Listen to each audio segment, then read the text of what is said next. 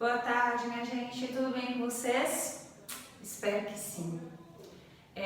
Hoje nós vamos iniciar, na verdade, reiniciar, um assunto. E eu digo reiniciar porque é um assunto que vocês já viram lá no 8º ano. Então, trata-se, na verdade, de uma revisão. O nosso assunto será sobre período composto. Mas antes de revisarmos o que é período e por que ele se chama período composto, vamos voltar lá atrás, quando a gente aprendeu o que era frase. O que é frase, Pro? Frase é tudo aquilo que passa um sentido, É todo o enunciado que aquele que recebe a mensagem, o receptor, entende o sentido dessa mensagem. E não importa o tamanho dela. Numa frase, ela pode ter apenas uma palavra ou várias palavras, conjunto de palavras, que tendo sentido próprio, ela será uma frase. O contrário disso é a que a gente chama de não frase. Se eu digo, por exemplo, socorro, todo mundo vai entender o que eu estou querendo dizer com este enunciado, socorro. Se eu digo, oi, bom dia, estudem, todo mundo vai entender qual é o significado, O que eu quero passar com este enunciado. E acontece que a frase ela pode ter duas partes, Ela pode se classificar em frase nominal e frase verbal. O que seria frase nominal, Pro? Frase nominal é aquela que não contém verbo. Por exemplo, bom dia, oi, socorro, não contém verbo, mas não deixa de ser uma frase. Agora, se eu digo, estudem, gente, por favor, estudem para a prova, prestem atenção. Então, são exemplos de frases verbais. Por que são frases verbais? Porque elas contêm verbo. Por exemplo, no estudem, verbo estudem. Por favor, gente, prestem atenção. Prestem é um verbo. Desse modo, tratam-se de frases verbais. Agora, vamos esquecer um pouquinho as frases nominais e vamos focar agora nas frases verbais, certo? Por exemplo, Maria estudou a prova, certo? Quem é o verbo aqui? Estudou, obviamente. Desse modo, trata-se de uma frase verbal. E aí, se eu digo assim, Maria estudou a prova, tirou nota boa, por exemplo. Temos aqui um verbo? Temos. Tirou é o verbo, Então, tratamos aqui de duas frases, são frases porque passam o enunciado, passam o sentido, e elas são frases verbais. Desse modo, quando nós temos frases verbais, ou seja, que contenham verbos, nós vamos dar o nome de oração. Então, o que é oração? Todas as frases que contenham verbo serão orações. Que a gente pode concluir com isso que o verbo é o mentor, o centro das atenções dentro de uma oração. Pode não haver mais nada dentro de uma oração, mas contendo o verbo nele, não deixa de ser oração. É sim uma oração. Pode ter só o verbo, ela é uma oração, ok? Então, o mais importante dentro de uma oração é o verbo. Tanto que nós temos sujeito oculto, nós temos sujeito indeterminado, sujeito inexistente, oração sem sujeito, tá vendo? Por quê? Porque às vezes muitas orações podem não ter o sujeito, mas tendo o verbo, ela não vai deixar jamais de ser uma oração, tudo bem? Então, tem verbo, então passa a ser uma oração.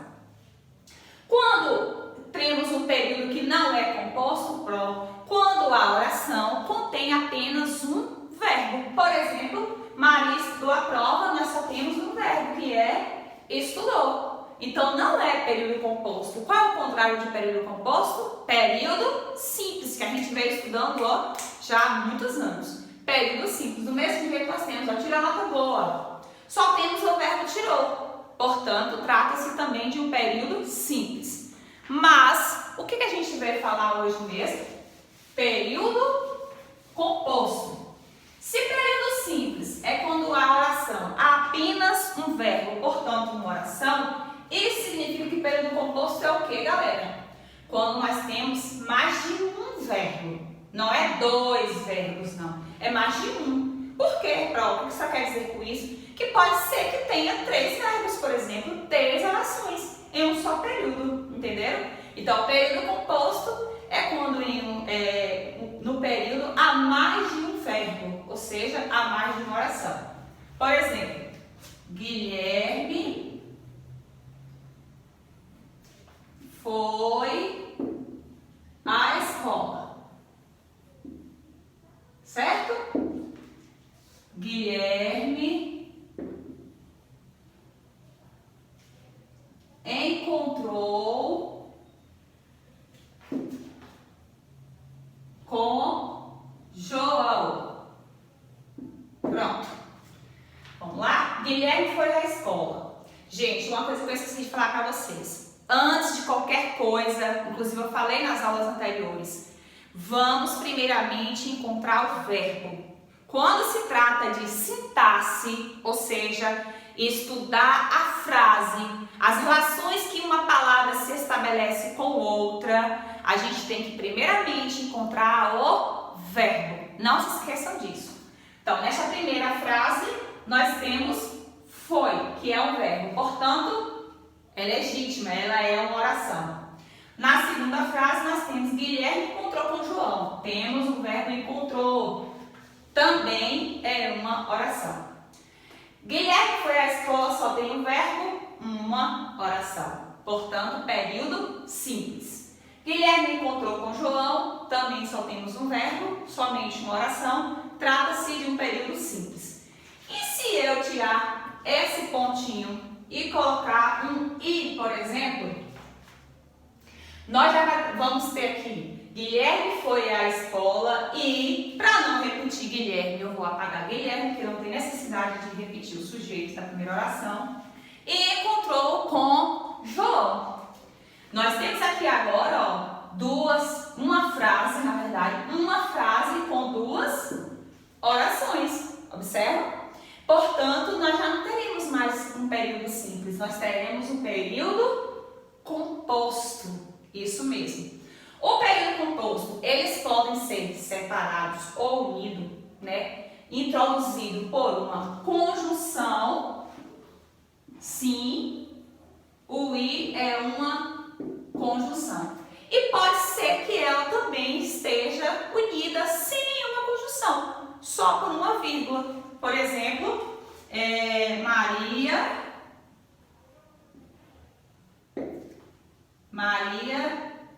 foi à praça.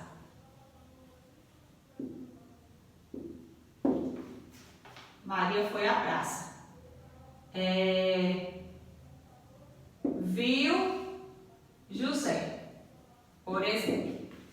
Nós temos aqui um tipo de período que também é composto porque nós temos 2 verbos, mas entretanto está sendo separado somente por uma vírgula, não há mais nada.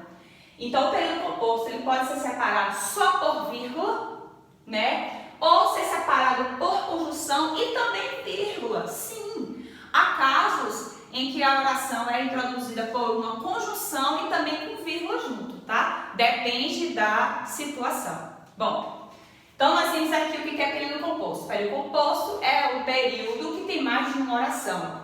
O período composto, galera, ou qualquer período, seja simples ou composto, vai terminar sempre em um ponto, certo? Em um ponto de interrogação, em um ponto de exclamação, em um ponto final. Ali finaliza o período. Por exemplo, se eu pedir para você em um determinado texto, quantas orações há no primeiro período do texto? O que vocês vão fazer? Primeiro vocês vão olhar até onde vai aquele período.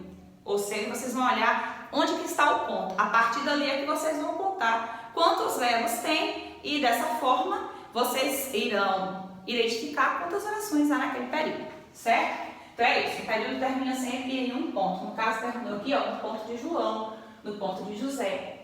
E aí, nós temos aqui um período composto e aqui também é um período composto. A diferença é que aqui só tem uma vírgula, aqui tem conjunção e também pode ter uma conjunção e uma vírgula. Pronto. O período composto, galera, ele se classifica em 3 tipos. Período composto por coordenação, na verdade 2, desculpa aí. Período composto por coordenação e período composto por subordinação, que será o nosso próximo assunto depois deste daqui. O que é período composto por coordenação própria?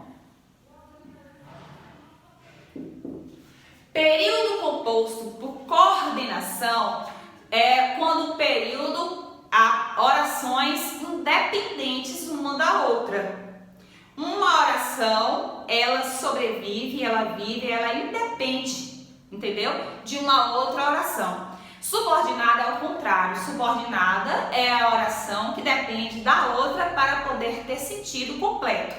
Não só no sentido de interpretação, de sentido mesmo, mas também de estrutura da frase. Ela precisa de uma oração principal para poder ter sentido completo, certo? E estrutura completa. Já na coordenação não, ela é independente. Eu vou dar um exemplo para vocês aqui, bem banal, por exemplo. A pró, digamos que a pró, ela é a oração coordenada, porque a pró ela já é independente, ela não depende de mais ninguém para poder sobreviver. Eu falo de relação a dinheiro. A pró já trabalha, já é maior de idade, já é adulta, então a pró ela é independente. Digamos que vocês, como são dependentes ainda são novos, ainda depende dos pais, digamos que vocês são as relações subordinadas.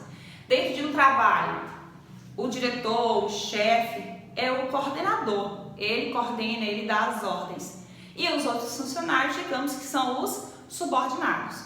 O que não tem nada a ver com inferior, gente, necessariamente, não é inferior. É tipo de hierarquia mesmo, né? Dentro de uma empresa, há os poderes. O chefe, o dono da empresa, é o que manda, né? E os funcionários são os que obedecem. Então é mais ou menos isso, essa relação de dependência e de independência. Então, subordinada, a oração precisa uma da outra. Já as coordenadas, elas são independentes uma da outra. As orações coordenadas, elas podem ser sindéticas. Vocês já viram essas palavrinhas aqui, não são desconhecidas não. Já viram lá no 8º ano. E assindéticas. O que são orações coordenadas assindéticas? Inclusive lá em figuras de linguagem a gente viu um pouco disso.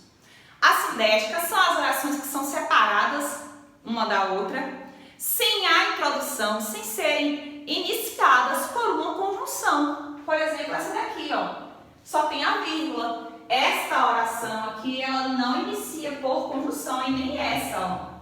Entenderam? Além de serem independentes uma da outra, elas não iniciam por uma conjunção. Então, essas aqui são chamadas de orações coordenadas assindéticas. Não tem conjunção, ok?